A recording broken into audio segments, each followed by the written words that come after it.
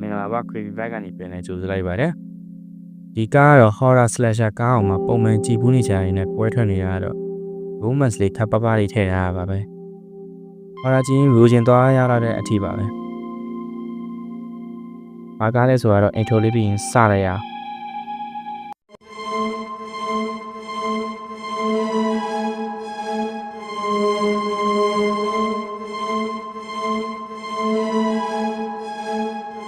ဒီကားရဲ့နာမည်ကတော့ Hard Eyes ဖြစ်ပြီးတော့ February 14မှာရုံတင်ပြသခဲ့ပြီးတော့အတွဲတွေကိုအဓိက target ထားခဲ့ပါတယ်။ဗလန်ထဲမှာလည်း Valentine တွေကိုဦးတည်ထားပါဇလန်အချင်းပြောရရင်တော့ movie နဲ့အတိုင်းပဲ Hard Eyes လို့ဆိုတဲ့အသေးပုံနဲ့ပုံဝတ်ထားတဲ့ Psycho Killer နှစ်တိုင်း Valentine လေးမှာအတွဲတွေကိုအကြောင်းမသက်သက်လိုက်တက်နေတဲ့သူတွေဖြစ်ပါတယ်။ဒီနှစ် Valentine ထက်ရောက်တဲ့အခါမှာတော့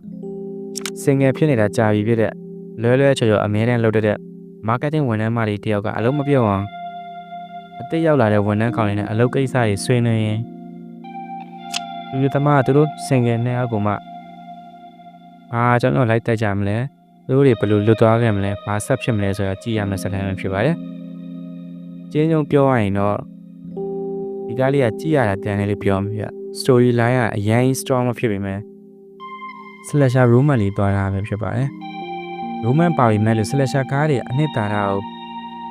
အစီမသွားပဲရဲရဲဆက်ဆက်တက်တာရတော့ပါသေးတယ်ဆိုတော့တော်လေးတော့မိုက်ပါတယ်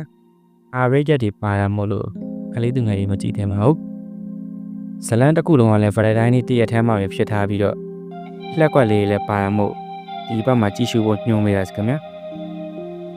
Personal rating ကတော့ 7.5 out of 10ပေးပြီးတော့ IMDb rating မှာလည်း 6.5 out of 10လေးရရတဲ့ကားဖြစ်တဲ့ကြောင့်မို့လက်မလွတ်တဲ့ကြည့်ရှုဖို့ညွှန်ပေးရစီခင်ဗျာ